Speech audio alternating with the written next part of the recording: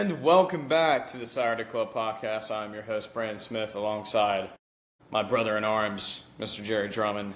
Jerry, how are we on this fine Monday? Depending on where you are, afternoon, morning. I was trying to do a prank. I'm doing good, dude. Thanks for having me on. You know, it's always a pleasure to come on your show and do it on yours. Like, it's always cool doing that. So I appreciate you having me on. Not really an eventful week at all. I don't think anything really happened last night either. No, it was pretty uneventful. Did we have games Saturday? Yes, but I'm talking about like last night. Like nothing crazy happened last night. Oh, yeah, no. Nothing out of the ordinary that I remember, that I recall. Any new coaching spots open up that you know of? No, I don't know. I really don't like the sport. I hate college football, so... Yeah, it's pretty overrated, honestly. I think this is probably our last episode. Definitely, because I can't stand working with you. You can't stand working with me. So it just makes sense. It's literally like Kobe and Shaq. Like, we just can't... I mean, we make something great. We just can't get along. So, I mean, it's over. Yeah, it's just all my fault. I'm the jerk in the situation. Sorry. Obviously, we're trolling, but I'm making a post on the story right now. Didn't realize we were trolling. So you weren't trolling? No. I mean, it's your show, dude. You can do whatever you want. Is it? I mean, we always do your schedule, so. True. Yeah, I mean, it's just how it needs to work. Like, you know, I'm more important. Yeah, I know. Your time. I get it, bro. It's all about you. I get it. I mean, as it should be. I mean. No, yeah, 100%. Yeah. No, but it's all love. I'm not trying. Me and Brandon just have a cool sense of humor. Like, we just kind of troll each other. Yeah, we both hate each other, so it's kind of like fun and games. But yeah, so Brian Kelly is out at LSU. First reports around yesterday morning-ish kind of were saying LSU's looking to make some changes, some staff changes, and then it developed into Brian Kelly may not be having a job. So it kind of developed pretty quickly. I know you and Mr. Carpenter went on last night and did a little live. Have you had some time to kind of gather some more thoughts on this one? No, I mean, yeah, but I was really scatterbrained last night. I said on the TikTok I posted, this is the best job in college football outside of maybe Ohio State and Texas. Like, if you go to LSU, you can win a national championship. Saban did it, Miles did it, Orgeron did it, and Kelly obviously didn't. But like LSU, for my money, is maybe the best job in the country, definitely top 3. And to have the LSU open, Florida open, Penn State open, like there's just going to be a lot of changes in college football. And it's hard for me to like really pinpoint who the leading candidates are just because last time that LSU hired, no one was expecting Brian Kelly. Right. Yeah, I think this is, it's shaping up to be up there with 2021 in terms It's going to make 2021 look like child's play. Like, this is insane. Auburn's probably going to be open too. Arkansas is still open. I mean, if you're these top teams, you got to think there's going to be some what's it called? What's the word I'm looking for? Crossover for who your top candidates are. Feels like Lane is going to be a top candidate for most of these jobs. Who else would you put in that category? I said Dan Lanning last night, but after sleeping on it, I think LSU's a better job than Oregon, but I wouldn't say it's like it's not. It kind of depends on personal preference. So I'll take LSU. Or I'll take Dan Lanning off that. I think it's Lane, Dillingham at ASU. I think, golly, you know who I would really be intrigued with? Who is that? Willie Fritz. I know he's older. I bet they go younger, but he's coached at Tulane. He turned around Houston. I mean, a lot of Houston kids go to LSU. It's fairly close-ish. The key is you got to get a guy there that knows Louisiana. Like, Brian Kelly was an outsider, yeah, but so was Nick Saban. So was Oklahoma State head coach Les Miles. Like, Brian Kelly's downfall was he didn't care about Louisiana. Like, you're the only program in that state actually, like, the only one. Well, Tulane, but, like, Ohio State and Ohio. That's the marquee one. Like, LSU and Louisiana, I guess you could say Penn State and Pennsylvania. Like, you have to dominate the state. I don't think Brian Kelly really did that. He got a lot of Louisiana people out of his staff. So I'm interested to see who they get. If they go younger, if they go older, like, I don't know. Um, I mean, you got to think. I don't know. They went the older route with Brian Kelly, the more seasoned guy. I don't know if they try to, go away from that. I think Lane would be. That would be an electric hire. I think Lane would be too, but does Lane? I think Lane. Either way, Lane's gonna be probably a top 3 highest paid coach in the sport after this year. It's his preference. Does he want to go to Florida or LSU? If I'm Lane, I'd go to LSU. That's just me. Yeah, but it's his. I mean, he may want to be the next Steve Spurrier or whatever. Who knows? Lane may just stay at Ole Miss. He could. I mean, they're gonna have to pony up.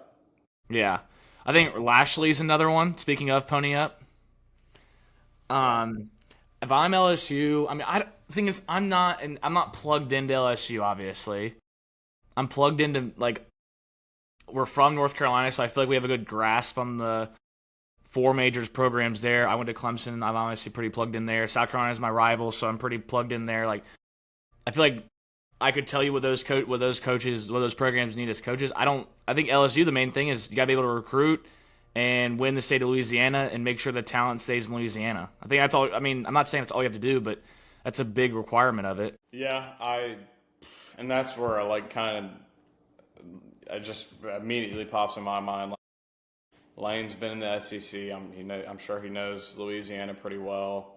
He gets what it takes to be down there and recruit. Like, everything matches up. Like, he would be a good fit there. A bit like you said, who knows if he wants to take the Florida job and be the next Steve Spurrier. I just don't know who that, like, I don't know who that second, like, ideal candidate is, like, outside of Billy. Huh? Well, I said last night, I think we talked on the phone after too. If I coached at Clemson, there's no amount of money you could get me to get me away from coaching at Clemson. I don't care I mean, dude, it's not like you're making $500,000 coaching at Arizona State. You're making, what, $5 million? Like, yeah, LSU could probably double that and some change, but, like, what's more important to you, winning at LSU or winning at Arizona State, where you grew up, where you went? But I would give Dilly a call. I think Drinkowitz. I mean, dude, Drinkowitz got Luther Bird into Missouri, and he's done a good job in the portal getting all those Georgia guys. I mean, Wilson was a backup at Georgia, and he's terrifying off the edge. A little group of alma mater guys: the Dilly, Clark Lee, and then Brent Key. At least give them a call. See what they say. I think Brent Key would leave because Brent Key has coached at Alabama. He knows what it's like to swim in those waters with the Sharks. And no disrespect to Georgia Tech. I have family ties to Georgia Tech. But, I mean, dude, we're talking about LSU, and we're talking about a team that ran the triple option a couple years ago. Like, no disrespect. Georgia Tech is the second-tier team in Georgia, and that's no disrespect. It's just the truth. Yeah, you definitely give him a call. I think he would definitely consider it. God, man, it's like, I'm just so curious what Lane's thinking. Like, he's about to be very rich. At this point, he may just stay at Ole Miss just because everyone wants him to leave. Yeah, I mean, do you think Ole Miss has the money to? I think Ole Miss can. I don't think money's the issue at Ole Miss. I just think maybe my idea of best job and ceiling in this era has changed. Like, Indiana, for all we know, could win a national championship. Maybe there are no ceilings anymore. But I think you are set up for more success going to Florida or LSU compared to Ole Miss. But maybe that's gone now in this new era. Could be. I mean, we could be weighing being a blue blood too much. Who knows? I think. I mean, like you said, LSU's a top 3 job, so you'd be crazy not to at least consider it. Yeah, I think Jeff Brom too. I think Jeff Brom would be really good. I like that. I don't know anything about that. That's a good. Jeff Brom with those, dude. If Jeff Brom had Barry on Brown, Aaron Anderson, granted, no offensive line, but Where has he coached in the Southeast before? Does he have any ties down there? I don't think it matters. Nick Saban didn't coach in the Southeast before he went there. This is true. Yeah, that'd be elite.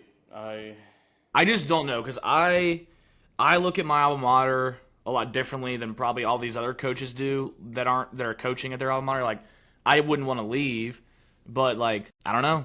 I mean I don't know. I think I mean Summerall. I don't know if they're gonna hire Tulane's coach. I don't know if that'll go over very well. Um, but man, I mean I think it's gonna be a coach we're not really thinking about. Could be, yeah. Yeah, curious to see if they go like the G6 route, try to bring somebody up, or are they going to try to poach somebody else as head coach? I mean, it feels like they got a lot of options on the table. It's LSU, so call them and make them tell you no. Maybe get I Marcus mean, Freeman a call. yeah, you definitely call Marcus Freeman. See how that goes. I don't know. I think the only coaches you really can't call are Ryan Day and Sark, Yeah, and maybe you can Dan. call them, but it's 99% probably going to be no. I mean, that's Texas, Ohio State, LSU. In my mind, are all pretty equal. Yeah, you could try to give Dan a call. I mean, no bias. I'll be shocked if he leaves. But Yeah, no, I don't think. I think Dan's pretty happy in Oregon, but I don't know. I honestly don't know. I don't know. yeah, I'd say they're probably, if I had to guess, it's probably Lane's number one target right now. Probably that's my guess. I don't know. I think Brent Key would be a slam dunk. I don't think it'd be as a slam dunk nationally, but you're talking about a guy that can recruit offensive line. They play a certain way, very physical. I don't know. I think he'd be a good hire there. Yeah, no, I'd like that a lot. He clearly knows how to build a program, can recruit, use the portal. Like, Thing is, like, dude, LSU was like pretty turnkey. Like, you could pretty much go in there and win right away. Like, maybe they get a coordinator. Maybe Glenn Schumann gets a call. yeah, Maybe Will Stein. I mean, I don't know. I don't know. there's a lot of possibilities. But do you want to talk about what went wrong with Brian Kelly? This ought to be fun. Yeah, well, like you touched on, the fact that he just didn't really care about the state of Louisiana. It wasn't really like he didn't make it about Louisiana and keeping people there and keeping people in house. Didn't put an emphasis on that. I mean, from rumors were he was checked out already, just like not even showing up to big recruiting days and stuff like that. Like it was just like he didn't really. He almost took it for granted. You know what I mean? Did you listen to Pate's episode? Yeah, I listened to the Yeah, that he went off on that. He did. I did. Now that he's gone, it doesn't really matter. Layer it out. Yeah, That's interesting. I agree with. I don't know. I don't want to talk. I don't really want to agree with Pate on the beach stuff and all that. But him ripping into his assistants in public, I've never seen a coach do that. Never. You're cussing at your special teams coordinator, saying that's going to cost you your blank job, and then you're mad at Joe Salone when you hear every play call in your ear. Just figuring out way scapegoats. Yep. I mean, And that's all it is. I think Brian Kelly was a really good coach at Cincinnati, really good coach at Notre Dame, but there was rumors in Notre Dame he found ways to blame people. That's not going to fly at LSU. Like you got to win, and he did win, but with that Orgeron's guys. Yeah, it just seemed like there was always a hole or two in these LSU Brian Kelly teams. Like this year, with Garrett Nussmeier hurt, offensive line was not up to where it needed to be. Like you can tell, like Nussmeier kind of like carried them through some games last year when their defense wasn't good. Their defense is good this year, but they don't have the offense to match. Like it's always something. It was always something that was lacking that they didn't address in the right way to have a complete football team. Yeah, I thought For LSU, you should be able to do whatever you need to do to get that fixed. You know what I mean? It seemed like he didn't use all of his resources. Yeah, it's sad because LSU to me, I mean, I don't really have anything against. I mean, I don't really like LSU, but I mean that's a blue blood. That is a proud program. Or the gold helmet, pant, gold pant, like that's so cool. It's a tough place to play, Tiger Stadium at night, and A&M went there and like it should have been a lot worse because they kept them in that game in the first half. Yeah, it was. The score was not as bad as it was. You know what I mean? Like it was. They got their ass beat. Yeah, but with the kind of the storybook ending, I guess, is he lost back to back to two of his former defensive coordinators. And what was it? I saw the strength coach for A&M was. Yeah, he was there. Saban brought him in, and he was there from what? And whenever Saban got there, 2001 to like 2022, Brian Kelly fired him. Then he went to A&M. Yeah, I saw about that too. Like, it doesn't shock me. It's just. And the fact that all these players and former players are coming out and kind of trashing them, like, that's even more like, okay, yeah, this guy was probably not the right fit. Yeah, and I feel bad for Garrett Nussmeier. I mean, that's a Louisiana kid. Um, I get why you pull him because the game's in hand, but don't do it mid series. Like they pulled him after a first down, and he was like, I thought he was gonna walk to the locker room. Like he threw his helmet and kept walking. Yeah, it just the fact that he's been playing hurt all year and they've been asking him to do so much, and now this going on, like you got to feel for the kid. Like, hopefully he has a good pro career. Like this is I a know. real I like Nussmeier. I think sour taste to end your college career on. yeah. Another thing, Brian Kelly calling LSU fans spoiled doesn't play. You cannot call your fan base spoiled because they have high expectations.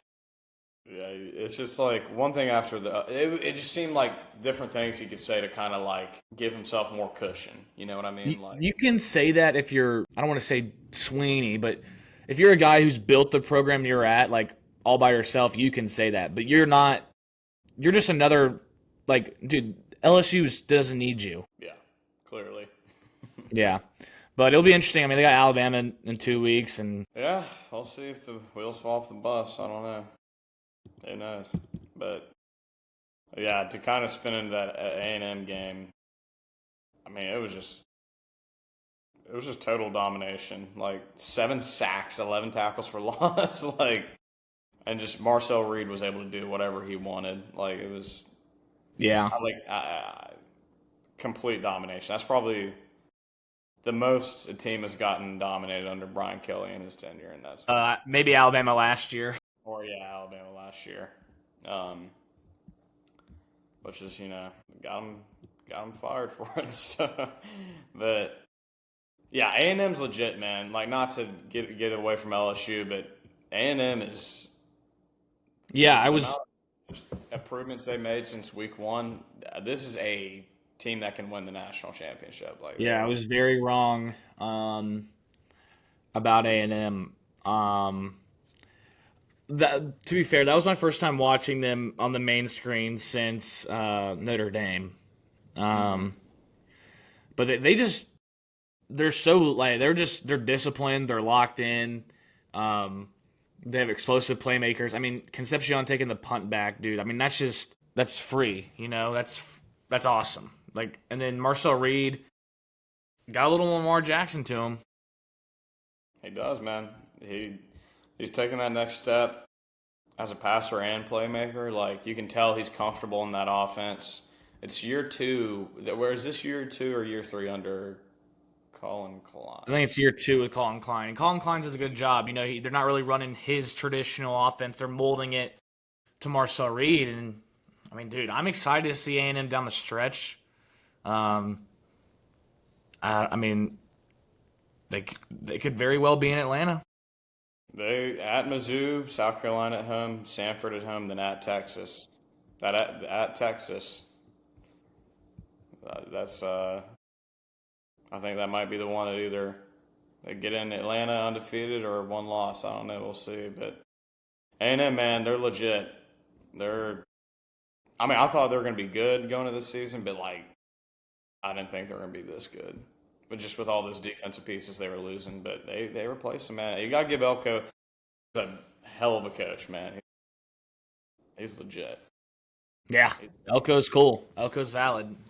It's just, dude, I keep getting spam calls. Like this is ridiculous. I I was impressed with Marcel Reed. He kind of did it all himself. I think he had 4 touchdowns on his own.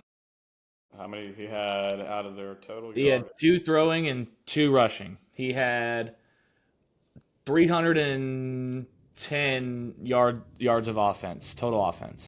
Out of the 426. So like, he's just he's. I don't want to say, like you said. I like the Lamar Jackson comparison, obviously. I'm not saying he's like that. Not Like to his level. not to his level. He has characteristics. Right. He's Lamar Jackson esque. Yeah, he's probably the most electrifying quarterback in college football since I'm trying to think. Yeah, I probably since Lamar. Yeah. I mean, he's kind of got the same build as him too, and Yeah, he's scrawny, but he's tall. He he's just scoots, dude. He's so fast. He's elusive. And the biggest part of his game is he makes some tough throws. I mean, the pick in the end zone was probably the only really mistake he made. The other one was tipped, so whatever. yeah. It's that play he had in the red zone against Harold Perkins, where he just made him whiff, was I was like, dang, that was gross. Yeah, man, A&M's rolling. We'll see what happens with LSU, but do you want to talk about plus 800? Yeah. I'll let you take the reins on this one. Oh my God. All right. So as many of you may or may not know, I took a bet in July, South Florida plus 800 to win the American. And I've watched every USF game somehow, some way, basically. And I'm not like invested, but I need. It would be nice to win a future. Yeah, they were up 17 or 14. They were up 31-17 going into the fourth quarter, and Memphis scored 17 unanswered, and USF missed a field goal. I think I went back and rewatched it just to live through the pain, but they had 114 more yards and lost. I think a lot of this is just that offense isn't built to hold leads because you lose your advantage when you huddle up. Like the advantage of that offense is just played at breakneck pace. Oh my God, they had 295 rushing yards and lost. So it's gonna be tough for that bet to come back. I checked the odds today; they're plus 350 to win. Tulane's the favorite at plus 210. I like Byron Brown. It just sometimes it feels like it's Byron Brown or bust. Like he had 21 carries for 121. And the vertical passing game is still non-existent. It's hard to watch. It's just he's just not a good thrower of the football. But credit to Memphis. Brendan Lewis coming back from the ankle injury last week after losing to UAB. They balled out. So, I mean, I was pretty upset. But there's still a chance. USF's going to need some help. Going to need Memphis to lose this week at Rice. And if you don't watch the American, I would highly, highly, highly suggest you do. It's the Big 12 of the G6, and it is awesome. Yeah, 100%. So if Tulane beats Memphis, most likely will be Tulane, South Florida. I somehow there's a bunch of tiebreakers. Basically, let me look at the standings here. Because basically, I need Navy to lose, which is very anti-troop of me. All right, so I need Navy to lose, Tulane to lose, and Memphis to lose again. Cool. USF plays Navy, though. Okay. So I kind of just need Tulane to lose again and Memphis to lose again. So Tulane is 3-0. They need to lose, and I need Memphis to lose again. Who does Tulane have the rest of the way? East Carolina. Wait, they already won that. UTSA this Thursday. Memphis next Friday. That would be valid, dude. Oh my gosh, I'd be the biggest Memphis fan. and that's really about it because Tulane doesn't play Memphis. So I need Tulane to beat Memphis, and I need USF to beat Navy, and then I'm good. Because then South Florida would have the tiebreaker over North Texas and Navy. Gotcha. It's very doable, but if they would have lost that game, a close game like that, if the game was close the entire way, I could live with it. They were up 14 in the fourth quarter. It had nothing to do with another person on this podcast betting Memphis. It had nothing to do with that. No, not at all. No, that did not happen. Those are just fake rumors, but yeah, we won't talk about that. But yeah, no, we're still alive. Plus 800 is still good. We just need a couple things to break our way, your way. We'll be fine. But yeah. Ready to move on to the next one? Yeah. All right. Another great matchup in the SEC from this weekend. Ole Miss going on the road to Oklahoma, to Norman. They take down the Sooners 34-26. Ole Miss plus 5.5. And let's see, that would have made over under. So under. Wait, no, The over. overhit. Overhit. So yeah, what are your thoughts on this one? I thought Lane Kiffin schemed him up pretty well in the first half. Oklahoma made a little bit of a run there in the second. Defense finally kind of showed up, but Lane Kiffin, why are you going for it on 4th and 1 from your own 29? He's ballsy, man. No, he calls the great plays. I like how he sticks with the run game, even though it really wasn't working that well. But Kawan Lacey, 27 carries, 78 yards. I mean, not really the best day, but he broke that long run in the first quarter. And Trinidad Chambliss is just a dude. Just makes plays with his feet, makes plays with his arms. Sorry. And that Ole Miss defense is legit. Outside of the 65-yard run to Robinson they gave up to on Oklahoma, they kind of stifled the Oklahoma offense. And I think we could have saw this coming that Oklahoma probably wasn't going to be a legit SEC contender type team. Right. Yeah. Main takeaways from this one, I think Trinidad Chambliss isn't getting talked about enough and being I think he fits that system and what Lane wants to do perfectly. We all thought Austin Simmons going into the year, and Trinidad Chambliss quietly has been one of the best players in college football. That meshing between him and Lane has just been perfect. And like you said, I think Kawan Lacey was able to get it just enough to keep the chains moving, making big plays, extending drives. He didn't have a crazy day, but he did enough.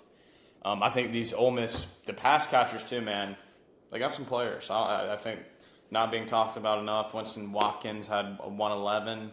Harrison Wallace, former Penn State Nittany Lion. What a change of scenery can do, going from somewhere where they don't like throwing at all. I like this offense, man. They're really good.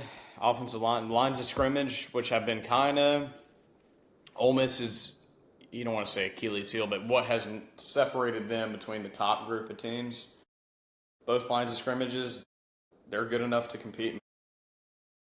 That defense made enough plays. I think John Mateer, you can clearly tell, isn't 100%. You know what I mean? He doesn't have that same pop as he did before the injury. I just don't know how much he's really improved. The Michigan game, we were all in awe of what he was doing, but it's all off scheduled stuff. Even the big touchdown throw he had to Tanya, it was off scheduled. He was telling guys to move, and it's just all off schedule. It's not all right, here, take 3 steps, throw to your left. It's no, I'm going to run around and try and make stuff happen, which is cool. What was that? I was going to say that's cool, but that's not consistent. That's not sustainable. He's got. Now, I'm not saying he is these players. I'm saying he has the same characteristics of a Caleb Williams at USC or Johnny Manziel. I know that I don't want to compare him to that. I'm just saying he likes to play backyard football. That's just how he likes to do it. Which is fine, but it's he hurts his Oklahoma doing that more than he helps, in my opinion. They also have no run game. Yeah, it's I know Xavier Robinson had some good. He had the 165-yard rush, but that was a bust. Yeah, outside of that, they weren't able to run the ball. I don't know, man. I think let's check who they got the rest of the way. Tennessee, Bama, Mizzou, LSU. So, I mean, they got a tough little back half here. I don't know if this is a playoff team. I mean, they're going to have to run the gauntlet. We'll see how that goes. But I just, like we've been saying, if Mateer's not playing backyard football, if he's not doing things off schedule, like this offense really isn't one of those, like, play within the system type things, you know? Like, it just doesn't, they don't work like that. So, I don't know, man. Ole Miss, this would be a perfect spot to play a letdown game after being on the road the last week and losing a heartbreaker. Came out there, and with all the stuff around Lane, too, you got to give them props. They came out there and handled business. But anything else on this one? No, man, I thought you hit it really well. Thank you. All right, next up, we can briefly go over this one. UCLA, Indiana. Some were saying UCLA could keep this close. They're on a little winning streak. Indiana said, hold my sig. We're about to go out there and annihilate these dudes. It was over pretty quickly. I don't know how much you got to watch of this one. I watched the first play, and I saw it was a pick six. I was like, all right, off the quad box. Mendoza only had 168. They ran for 260, though. Like, defensively, they had 3 sacks, 7 tackles for loss. I mean, it was just one of those things. I think it was UCLA hit a brick wall. They had a nice little run on the road. Indiana, how do I say it? Indiana has it's their supercharged version of themselves last year. Like, this is a team. Yeah. They're not a flat track bully. They're better than that. Like last year, they beat all the teams that they were way better than. They're doing that still, but they're better.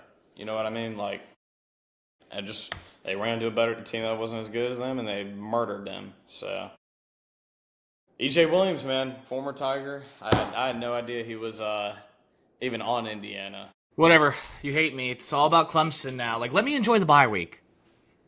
Like, golly. Dude, I got some new Clemson stuff, though. I'm trying to switch up the vibes. What'd you get? I got a purple Nike. I'll show you a picture. Oh, I'm going to get it on Thursday. You don't already have that? No, dude. I haven't bought a lot of Clemson stuff recently.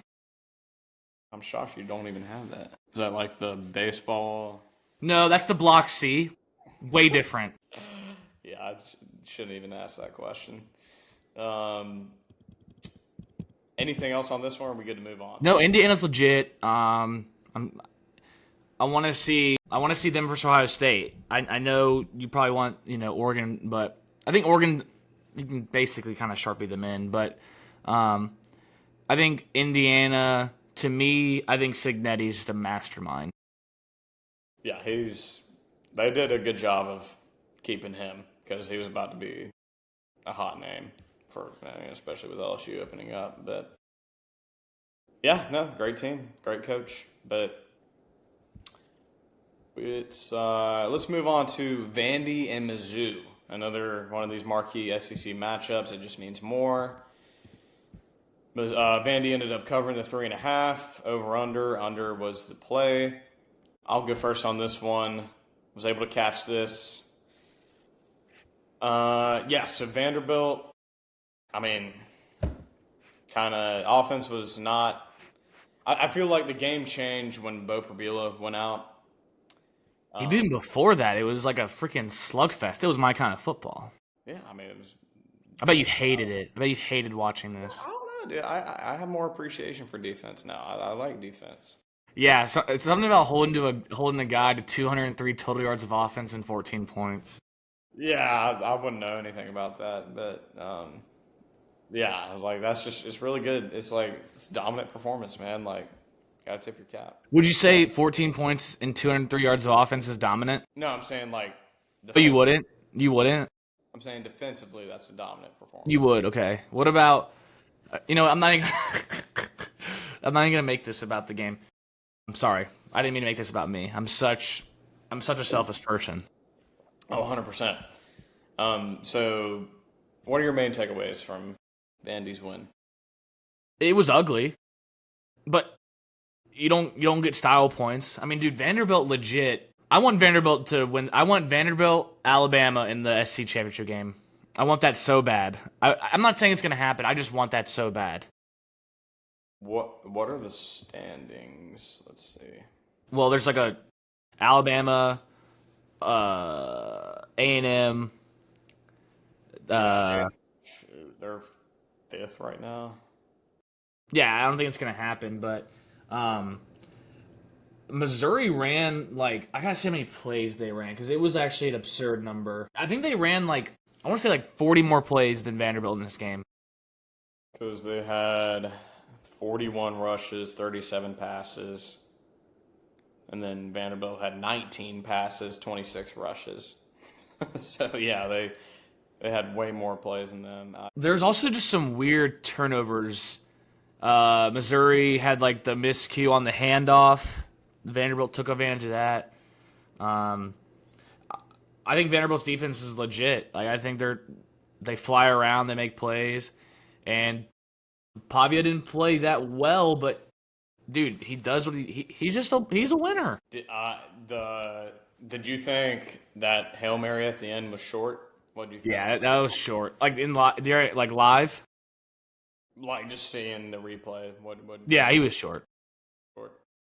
Yeah, I mean you got to give credit. They found a way to come back and potentially tie it up. Yeah, man, Vanderbilt's just like we've talked about, man. They find ways like they can play in this type of game, man. They can play in a shootout. They can play in a defensive struggle. This is a really good team, man. I mean, like No, Vanderbilt is legit. they got Texas at Texas and Tennessee. That's in Austin. They got it in Austin Shit. this upcoming week. At noon. I'm gonna be tuning in for that. That's Okay, yeah, just don't watch Clemson, please don't. Yeah,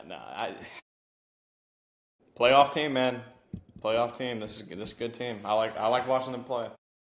I just like all the different counters they have. Like that staff does a really good job. Would you say it's a top 3 evaluation staff in the country? I would say it's probably one.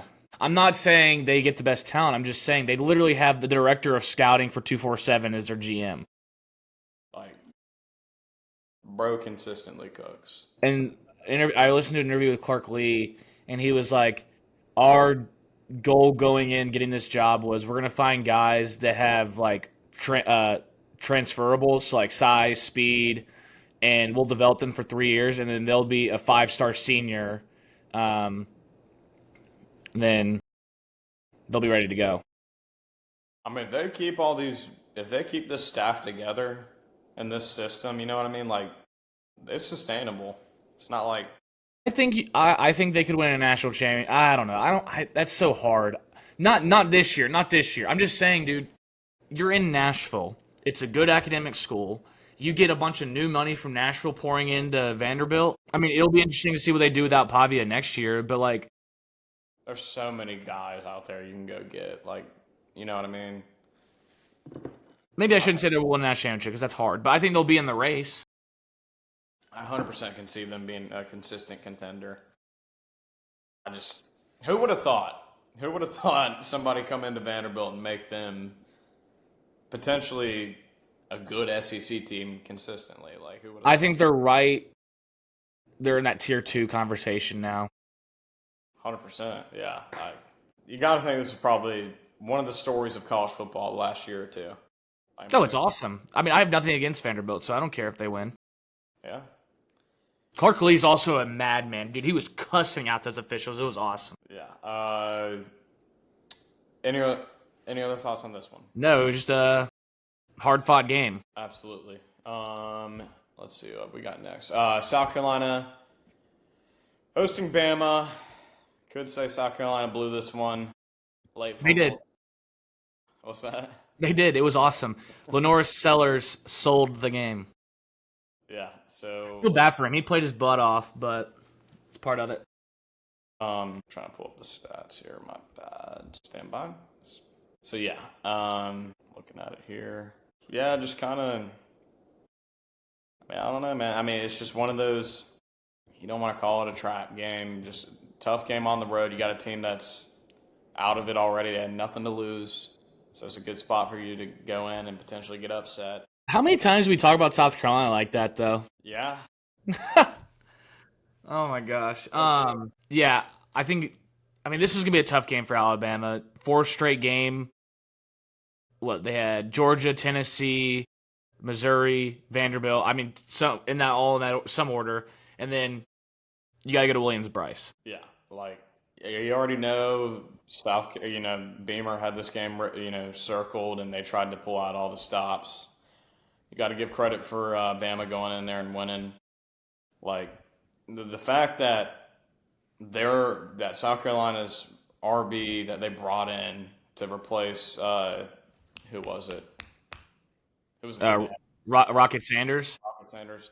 Faison had 5 carries for 17 yards. Like, that offensive line, talk about like LSU's offensive line being bad. That offensive line is booty. Yeah, but LSU is a different standard. Right.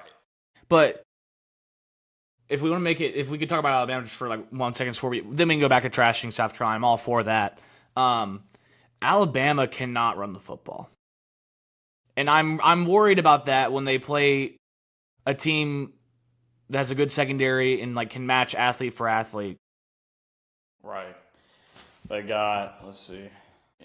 I mean, not in the regular season, but maybe OU gives them some trouble, but you can't block anybody though. Like if we're talking about Alabama as a consistent, if as a national championship contender this year, I don't know who they could block in the top. Okay, they're not blocking Oregon. They're not blocking Ohio State. What the top tier teams do you think they could block? Like I don't think the offensive line is very good in terms of run blocking. Pass blocking, they're really good. Are good, but you can't be one dimensional. You got to be balanced. And like Jam Miller, 10 for 26. I just don't think that gets it done. And I think they're missing Justice Haynes. Yeah. I mean, that's not crazy to say. I don't know. I don't know if South Carolina just was like, hey, we're going to sell out to stop the run. Their defensive line did play their butts off. I was really impressed.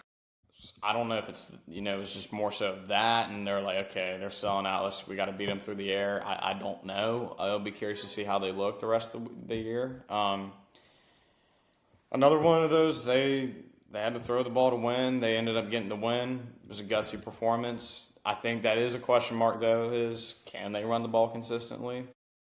I don't know. I mean, Daniel Hill was their leading receiver, 4 receptions for 76 yards. Got the screen game going when they couldn't run the football, so got to give them props for that. I don't know, it was just a gutsy win. I like that, again, Alabama, kind of like Vanderbilt, can win in different styles, different matchups. But I think the jury's out on them running the football, what that looks like. Yeah, the only thing I had a problem with was Bernard should have went down, but whatever.